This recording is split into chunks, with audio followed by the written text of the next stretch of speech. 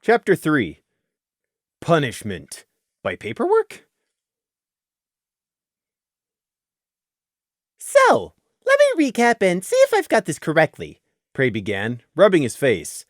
3 weeks and 2 days ago, a burglary was carried out on one of Vancouver's richest citizens and Earl de Hoof, High Toff. Supposedly secure safes were found unlocked and emptied, and his mansion's carpets, paintings, sculptures, vases, bookshelves, and china were all vandalized or otherwise destroyed. Correct so far? Yes, the specifics and accurate bit values of the damages are written down here, somewhere, Sunshine replied, with a vague hoof wave at the paper-strewn desk. But that's not the interesting part. The first bit being that No, Pony, Sunshine broke in. Prey twitched a drooping ear and continued. No one saw anything. This is strange because apparently this attack was carried out in the middle of the day, estimated between 12 and 4. Now, the strangest part of all is that Hightoft doesn't remember anything about that day. Additionally, the first he knew of it was when he came to, lying in the middle of the hallway the next morning. Prey tapped a hoof to his chin. Added to this confusion is that all servants were out of the building. When questioned, they all swore it was Hightoft himself who ordered them to go home, at around 10 o'clock that first day. Unusual is an understatement. Sunshine nodded. That is it. The fact that all the servants gave the same testimony, and that Hightoft can't remember any of it himself, means only one thing. Mind magic. He snorted with disgust. Prey shrugged. One incident isn't enough to prove that. How can you say that? Of course it's the work of a mind leech, Goldbit broke in. I said one incident. Everyone's immediate answer to no memory is mind magic. But they don't understand that's not how it works, and just how rare a competent practitioner is. But as you've told me, this wasn't a lone incident. There have been 5 further cases of robbery since then, all with similar circumstances. Valuables gone and the mansion vandalized. No evidence, no memories, no leads. Correct so far? Prey checked. Unfortunately, yes. Sunshine sighed deeply. Then my next question is, what steps have been taken to prevent further attacks? Prey asked. That's no concern of yours, Goldbit interjected. Sunshine frowned slightly. The captain ordered that you were to have no details of anything not directly pertaining to the reports in this room or the victims of these attacks, he explained. Prey sighed and waved a small hoof at the massive stacks of paper and scrolls. All right. Then, the only way to get further information is to get to work on these reports. There's got to be something useful in at least some of them. His tone was dismissive, but in fact, he was only too happy to begin. Finally having something, anything, to study was making him practically drool. Prey also doubted he was going to be able to worm anything further out of his 2 guards. But they were just 2. He'd try again with the next 2 when they rotated shifts. He smiled inwardly, because he already had the basis of a plan. A weak plan, admittedly, but any chance was better than no chance. All the while he had been listening and asking questions of Sunshine, he'd kept half his mind busy analyzing and thinking ahead. The overconfident fools had freed his hooves, so now he had access to his runes again. Well, some of his runes. The problem would be getting any guard close enough to touch, and then keeping them there long enough to work through their mind, all without the other guard on duty noticing anything. That wishful scenario didn't seem likely to happen anytime soon. So far, all the solar guards had wisely kept out of Hoof's reach, and additionally, because he couldn't work on more than one mind at once, it ruled out the possibility of getting both guards close enough to do at the same time. It was one at a time or nothing. Add in the length of time it took to properly take over a mind, and his chances were looking bleak. Also, he wasn't currently able to simply drive an unsuspecting victim insane with a mere touch, so that option was out. The lock around his middle still kept that curse sealed away. His eventual escape, because he would escape. He was too afraid of what it would mean if he bungled this one chance. Would take time and effort to pull off. So Prey didn't plan to try and take any of their minds at all. He had his hooves free.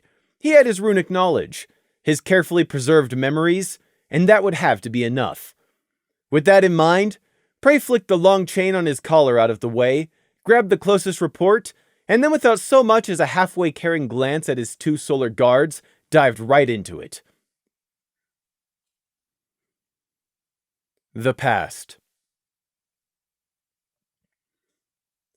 The forest does not care for you. It does not care about me. It does not care about anyone. If you die, you will only feed its soil. If a monster eats you, it is just the law of nature. It is higher than you. You are lower. The newly named prey was trying not to tremble as he stood waiting for the zebra named Snake to turn and face him. There was no one else in the clearing with them. Prey had been cornered by Stinger earlier this morning, and informed that he was going to be Snake's assistant from now on.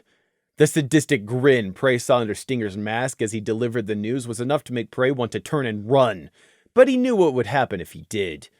The weak workers suffer. Disobeying Stinger's order might even possibly result in being put in the mud. Prey had heard a host of stories about zebra shamans, but even among the bloodthirsty resistance, this zebra in particular, Snake, was spoken of with exceptional disgust and fear. All Prey knew was that Snake was the camp's voodoo witch. You will do what I say when I say. If I tell you to pick a blue chime flower, you will pick a blue chime flower. If I tell you to act as bait for a strangler vine, you will act as bait for a strangler vine. If I tell you to jump in front of a manticore, you will jump in front of a manticore. Snake told Prey in exactly the same calm, accented voice as before. The voodoo witch didn't even look at Gossamer as he spoke. He instead kept intently watching the yellow and black butterflies flitting through the sunbeams in the clearing. A long minute passed as they waited under the shadows of the trees. Then another. Prey stood miserably considering what he had gotten himself into. Why me? Why me? Half of him thought. The other half kept asking the same miserable questions he'd been asking himself over and over for the last month. Why did Fleece leave me? Where's my brother? Why did they burn our village? Why did they kill our mother? When will they finally kill me? Do you know why you are here? Snake eventually asked, voice flat and uncaring as if discussing the qualities of dirt. To be your assistant? Prey forced out. Partially correct. You are indeed here to become my assistant. But do you know what that means? Snake inquired. Prey didn't answer. He knew Snake wasn't expecting one. No, the zebra continued. You know nothing. Remember that. You know nothing. Put simply, you are to be my hooves. You are to risk your life collecting, testing, and handling my alchemy and potions. Your life is worth nothing compared to mine. If you want to stay alive, you had best be a fast learner, or else I will have to find myself yet another assistant. Do you want to know what happened to my last 3 assistants? Snake asked, still not looking away from the butterflies. No, Prey didn't want to know, but he knew there was only one answer he could give. What happened to them? He croaked. The first one spilled a test brew down his barrel and failed to cleanse himself in time. His skin melted down to the bone, and Stinger had to come and put him out of his misery. The second one tried to kill me in my sleep, and I fed him to the deeper green of the forest. The third one confused half-corpse mushrooms with brown caps, and died after swelling up to twice his normal size. It took over 2 days for death to come. I did not fetch Stinger that time. I pushed him out of the tent and left him, Snake said, as calm as a summer breeze. Prey watched as Snake extended a long stick with a blob of something yellow and sticky on the end. One of the butterflies fluttered over and settled lightly on the stick, wings almost glowing as they caught a shaft of sunlight. Snake slowly drew in the stick as the butterfly sipped from the honey, never taking his eyes from the delicate insect. There are many ways to die in my service, Snake said quietly. Take this butterfly, for instance. Beautiful, no? Small, delicate, colorful, and deadly. This one alone has enough toxin on its wings to kill an adult bear if inhaled. Digesting even the smallest part of this butterfly is certain death, Snake said quietly, tilting his head to better examine the butterfly. In the shadows outside of the shaft of sunlight, his cold eyes glinted. For the first time, Snake turned to face Prey. Gossamer took a step back. Those eyes didn't see Gossamer, just a resource. The resistance is full of monsters, but no matter who they are, there are always worse monsters in the deeper green. I may be part of the resistance, but my loyalties lie elsewhere. With myself. If at any time I think you are endangering my life through inattention or carelessness, The zebra paused to consider. there won't be enough left of you to put in the mud. Am I understood? Prey nodded so hard his neck hurt, trying not to meet those blank eyes in the mask. I'm gonna die, He thought hopelessly. There is always a worse monster out there, Snake echoed. Present. Prey blinked, wondering for a moment why his cheek was stuck to a piece of paper, then realized he was laying on the desk. He hadn't even noticed he'd fallen asleep. Those memories. It's been a while. I must have been more tired than I estimated, to allow myself to dream of that without meaning to. Perhaps my subconscious is trying to tell me something. Prey pondered. It might be strange to think that someone like Prey, who is so objective and logical in his observation and analysis, would give any regard to a fleeting sensation. But that is where most people would be wrong. Prey was logical, coldly so. But he had seen too many things, experienced too much to ever dismiss his instincts like that. Sometimes his instincts were wrong, or he misinterpreted them. But there had also been those dark nights alone in the rain and mud, where you couldn't even see the trees 2 paces from you, and all you wanted to do was get under cover, but some horrible little voice inside you told you not to go back to camp, but to turn around and walk away. You didn't know what was waiting for you back at camp, but you knew it wasn't a manticore or chimera or even a basilisk, but something else. Something worse. Even if it ended up being nothing, those particular little voices had a way of getting you to listen. Prey shook himself and raised his numb face off the desk. But I'm not in the forest anymore. I'm about as far from the deeper green as you can get. This time, I think it's just left over from my bad dreams, he decided, stretching out with a stifled yawn. You're awake, Sunshine said from behind him. Prey swiveled a droopy ear in the Solar Guard's direction, but didn't turn. He didn't have to see Sunshine to be able to carry out a conversation with him, and the less he had to look at the unicorn, the better. Evidently. Has your shift not ended yet? Prey asked, half listening as he considered the leftover report in front of him. Now, what was I doing with this one? He wondered. It did. This is our second shift. The other pair have already rotated through their 12 hours. Didn't you notice the guards change? Sunshine asked. You talk to the prisoner too much, Goldbit muttered. Prey ignored him. Now that he thought about it, Prey did remember the guard changing. He had been too busy reading through the reports and sorting them into piles to take note. Trying to hold all the various reports in his head while cross-referencing them with what he'd already read left little room for concentration on other things. Prey stretched his neck under the metal collar, considering the multiple new stacks of files in front of him, papers sticking out all over the place. There was a pile over there on the corner of the desk for reports on the victim's traits, another pile near his hoof for papers he deemed interesting, one over there for files of the servants of the rich pony victims, more piles for what had been taken, the day of the week, times, types of locks picked, the weather, carpet choice, and even one for the color of books vandalized. There was also a scattered pile, more a dump, on the floor for reports Prey mentally marked as waste of time. Prey looked at what would have seemed like a disorganized mess to anyone else and nodded in satisfaction. Everything is where it's supposed to be, he thought. Incidentally, he also knew how many Solar Guards there were guarding him. If Sunshine and Goldbit were back on duty, that meant there was only one other set of Unicorn Guards, if they were rotating on a 12-hour shift. Coupled with another 2 outside the door at all times, as Captain Valor had ordered, that made 8 Solar Guards in total, excluding the captain himself. 2 in here, 2 outside at all times. 8! 8 in total. Better than I'd feared, but worse than I'd hoped. Prey placed the report in his hooves into the almost completely useless pile. It was written by a certain city guard pony by the name of Grey Plod. Grey Plod had written 6 reports, one on each of the robberies. All but one of Grey Plod's reports had ended up in this pile. That one had ended up on the floor. Grey Plod, you need a less demanding job. Perhaps rock farming, or anything that doesn't require higher brain functions. It's obvious the thief didn't come in through the window. The broken glass was on the outside of the building, you fool! Prey thought with disdain, reaching for another report from his dwindling pile.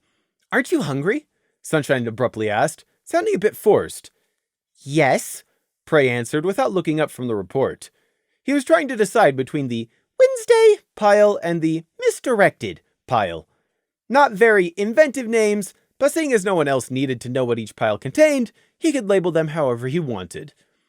There was a long silence as Prey kept reading, the two solar guards exchanging looks behind him. Sunshine raised his eyebrows with a frown. Goldbit scowled back, but then looked away. You know you are allowed to stop and eat. Even as a criminal, you still have some rights, Sunshine said. Prey flicked an ear, but didn't respond otherwise. Behind him, there was a sigh. It's been 36 hours since you began, and you've been awake for 31 of them going at those files. That's not healthy, Sunshine added. Prey gestured with a hoof around the room. I don't see any food here. What do you suggest I eat? He asked, placing the report in the Wednesday pile and picking up another. There was another sigh, this time surprisingly from Goldbit. Sunshine is right. You need to take a break. Prey did turn this time, blinking large blue eyes at Goldbit in question. Goldbit scowled. Don't misunderstand. You're of no use to any pony if you collapse from exhaustion. And I'm not just saying that. The guard has enforced rest periods for a good reason. After a certain point, your alertness and thinking capacity is negatively affected. More so for the old or young, like you, Goldbit said with a pointed nod at Prey, not breaking from his annoyed scowl. Prey narrowed his eyes ever so slightly. Soft. They're so soft, he thought in disgust. Oh, physically and magically they were strong, yes. In peak condition even. But all their regulations and rules bound them down and made them soft. It's because they have the luxury. They can afford to have things like breaks and rest periods. And even the Solar Guard expect to have their comforts supplied, it seems. Prey understood that these things did indeed make a more effective guard. But the fact that they seemed to think it was the norm and that even he, a prisoner, was somehow entitled to them instead of constantly having to struggle just to survive startled him. Startled and annoyed him, because it wasn't what he'd subconsciously expected from them. He didn't quite know how to proceed. There's still nothing here to eat. If anyone was supposed to be delivering rations, then it's probably safe to say they've forgotten, Prey pointed out, waving at the foodless office. You might be right there, Sunshine commented with a frown. None of the city guard is to know the prisoner is here, so a meal schedule wouldn't have been set up, Goldbit told Sunshine. She's still got to eat something. Prey muttered. Of course. I just meant that the Solar Guard will have to take turns doing it outside of our shifts is all, Goldbit replied. Prey tried to ignore their pointless mutterings while he sifted through the remaining reports. He estimated there was about another 5 hours of work before he'd sorted all the files. Then would come the task of resorting the more promising files again, and starting to build up a picture. Hey, here's a dumb question, but have you had access to the restroom yet? Sunshine asked Prey awkwardly. No.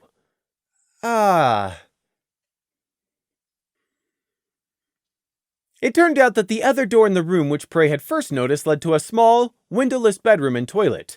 It seemed like he was actually meant to sleep in here, rather than chained to the desk as he'd been expecting. The mattress was even in a bed frame, not just tossed on the floor, and had sheets and everything. For some reason, it made Prey angry that they would even think to provide for him. The sink was almost too high for Prey to reach, though, and the fact he couldn't see in the mirror improved his mood somewhat. He could now be justified in thinking, stupid ragged ponies! Before he was led back out by the chain on the suppression collar, Prey lightly touched a cloven hoof to the bed frame. Under his sensitive hoof, he felt the slight thrum of dormant magic. A containment and alarm enchantment, no doubt. Seems they've thought of everything, Prey noted. He hadn't expected anything less, but he wouldn't know unless he double-checked, and the same went for the rest of the room. If the unicorns had forgotten something, Prey would find it. Goldbit reclipped the chain to the bracket in the floor, while Sunshine watched Prey clamber back onto the chair with its precarious pile of cushions.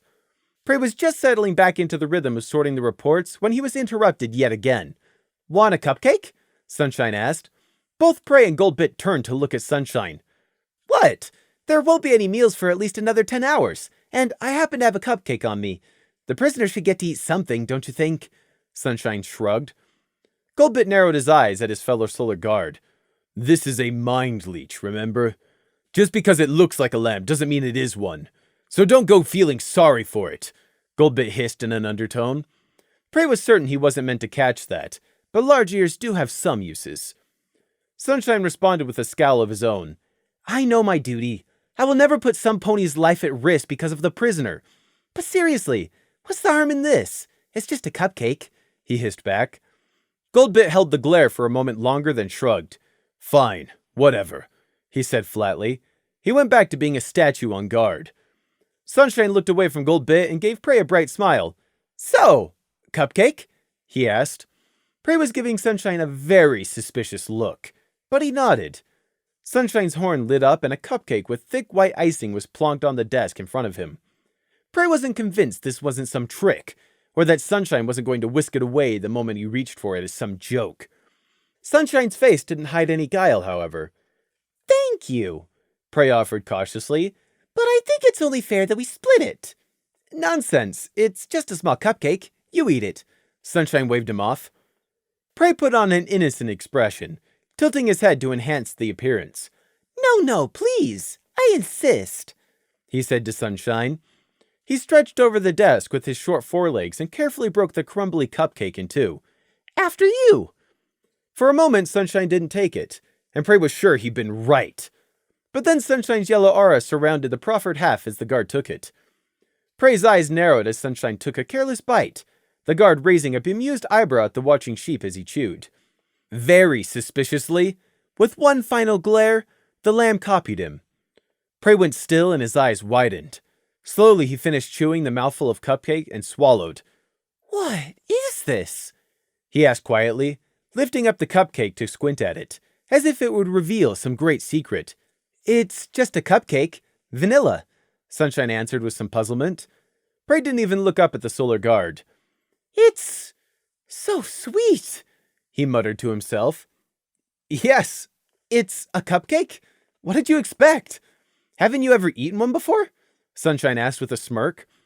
Prey's eyes narrowed ever so fractionally, but that was the only outward indication of the sudden anger that had flared to life in his thin chest. They know nothing. They don't understand how privileged they are to be able to take such simple luxuries for granted, Prey thought to himself. He lifted the cupcake and took another small bite, savoring the taste. He'd never had anything like it before. Never in his life had he tasted sweets or sugar. On the farm, they never had the bits to spare.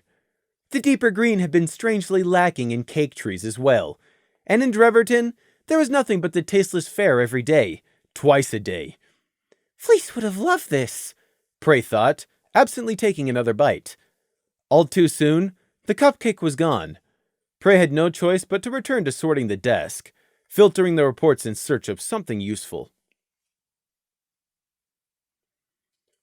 Prey was about a quarter of the way through resorting and cross-referencing the more promising stacks of paper late that evening, when the door was thrust open and in marched the huge figure of Captain Valor. Anything to report? He barked at Sunshine and Goldbit. No, sir, they responded as one. The captain nodded at them. Good job! He turned to Prey and his gaze soured. Where is our loose criminal? Captain Valor snapped. Prey met his gaze with a big, innocent smile. No idea. It was the wrong answer. Why not? Valor roared. Prey let the smile fade. Are you being serious? You just threw me in here with a huge, unorganized mess of reports and expect me to find something in less than 2 days? Think realistically. Most of these reports are irrelevant to start with, and none of them relate to suspects. How do you expect me to identify the criminal? Prey asked. Captain Valor stalked forwards, and Prey was very glad there was a desk between them as the captain loomed over him. I have been patient. I have given you a chance at redemption, but my patience is running out. You will tell me what you've discovered, or I'm putting you back on a chariot for Dreverton tonight. Do I make myself clear, inmate 452? The captain asked with deceptive calm. What brought on this fit of insanity? Prey asked himself in disbelief. The unicorn's expectations were entirely unreasonable. Perhaps Captain Valor was simply testing Prey, to see if he could make the sheep slip up in a lie by pressuring him. Worse, the captain would be half right if that was his suspicion. Prey wasn't like one of these guard ponies. His mind thought along different paths from their rigid moral structure of right and wrong. He could think like a criminal. After skimming these reports just once, Even with all the distracting side reports that got in his way, Prey had found what he wanted. Prey had started seeing a deeper picture the moment he had compared the first two reports, and started to build it up from there. He had been lying to Captain Valor in a hope to be able to stall for more time to work on his real agenda, namely, escape. The fact that his completely believable excuse of not being given enough time had been so harshly rejected forced Prey to rethink what he could get away with. This is a test. It's got to be. Is it merely a ploy to intimidate me to work harder? Is the captain growing desperate? Is it merely all a bluff? Or was I wrong? And does he know more about me than I thought? Prey thought, mind speeding from one possibility to the next. He regarded Captain Valor's dark expression. Unfortunately, I am in no position to test him. At a stomp of his hoof, I could be thrown back into Dreverton to languish away until even I die. He seems just angry enough to make a snap decision like that. His all-important investigation be damned, Prey thought. I have no choice but to give him something. Wait! I might have something, Prey started.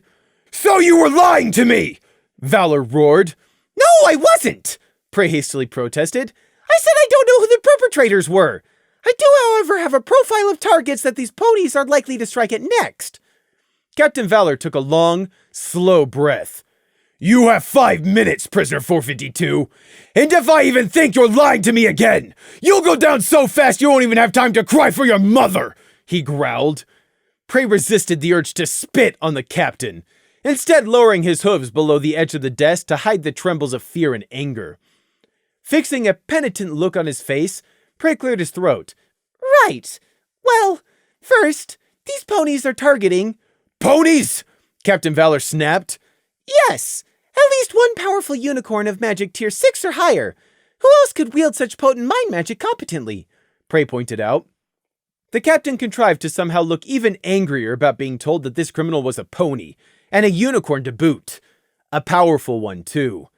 Can't stand the idea of a unicorn falling off the straight and narrow, can you?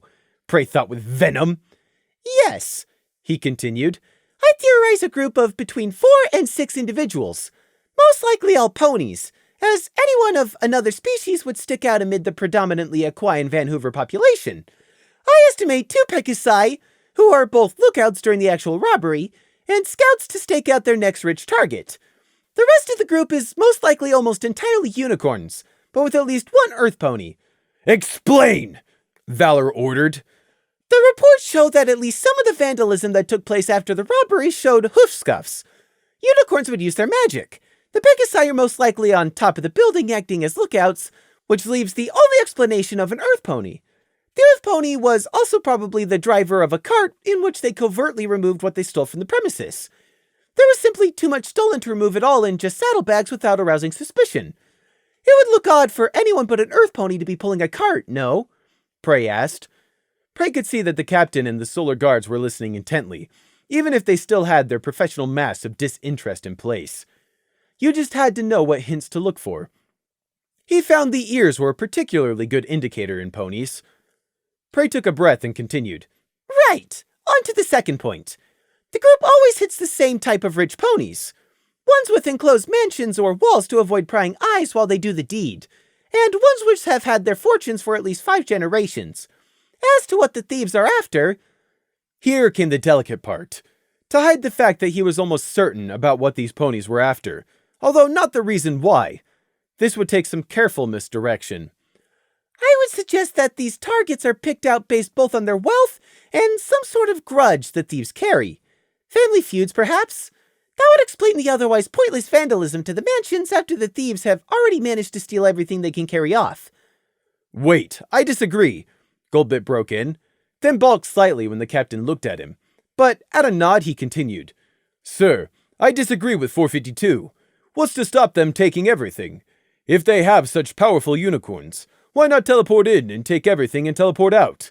If they have one strong enough for the level of untraceable mind magic we've seen, they're definitely strong enough to handle one large teleport with all of it, Goldbit explained. Almost right, Prey said calmly. Aside from one thing, all of these mansions are old. The newest one is still pre-Altherate era. Why is that important? Valor demanded.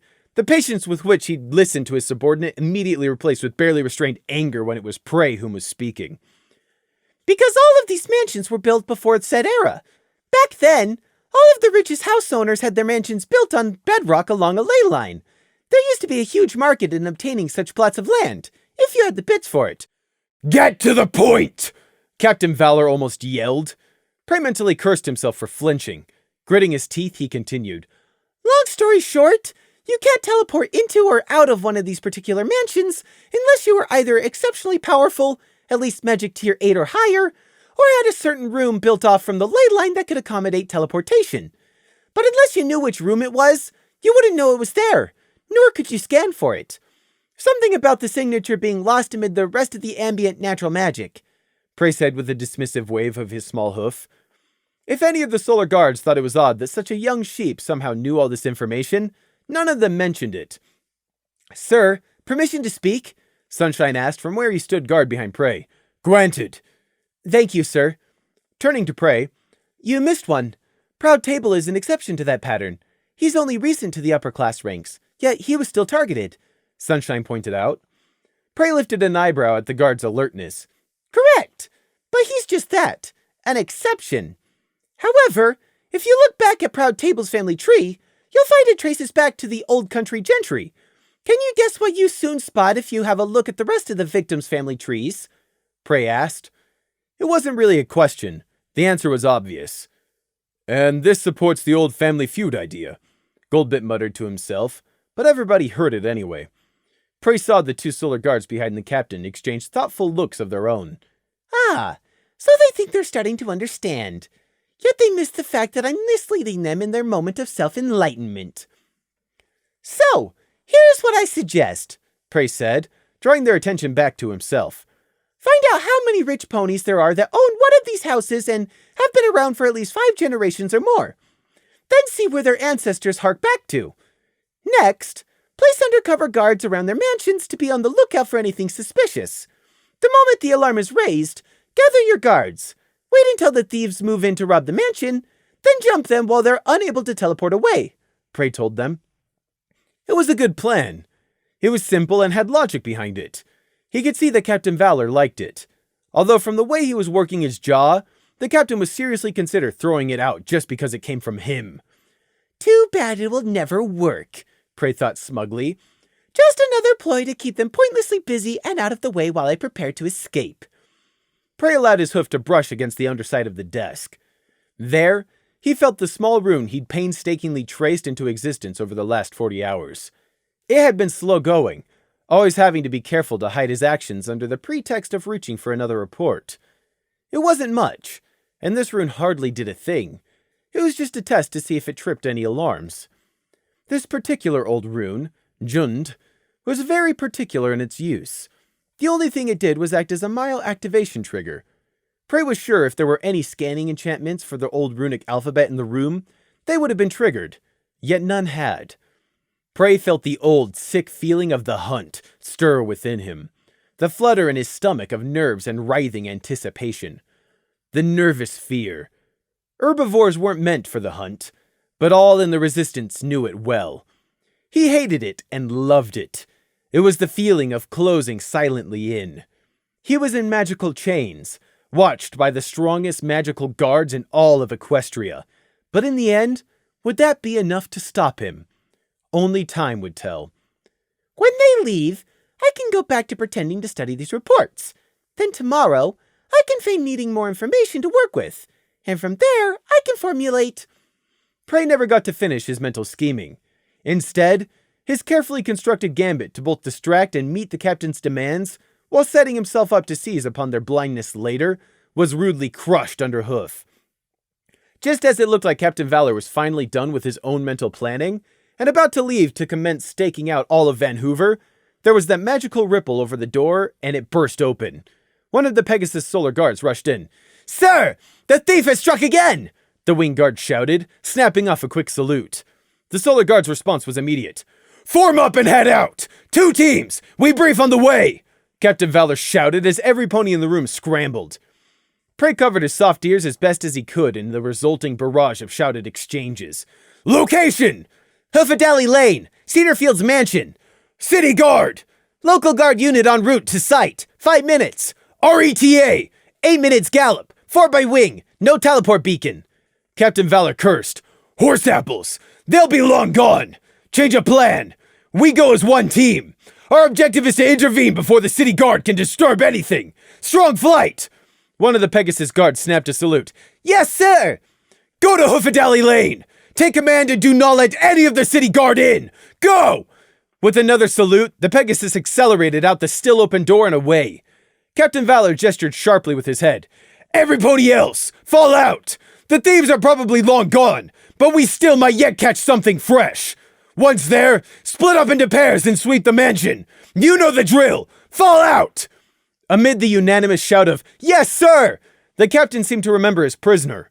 He frowned at the sheep, before nodding decisively as he came to a decision. Gold Bit! Get a large travel cloak to hide the prisoner! He's coming with us! Sunshine's blink of surprise at Captain Valor confirming that the sheep was indeed a he was lost to Prey as the captain's horn lit up and a thick golden aura surrounded the sheep. Prey went rigid as he was lifted into the air.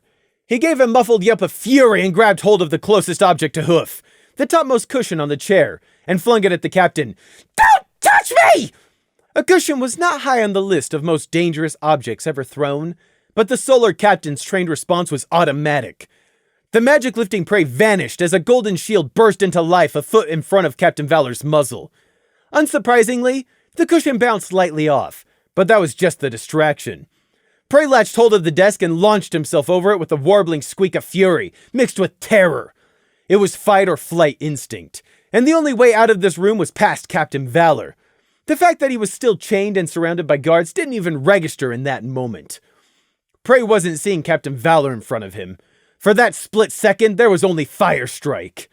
Nevertheless, the moment the cushion left his hoof, the Solar Guard's training took over and they leapt into action. Prey didn't even manage to get halfway across the desk before the stunning spell hit him in the face, another 2 impacting not a split second later. Prey didn't even feel himself hit the floor in a mess of chains.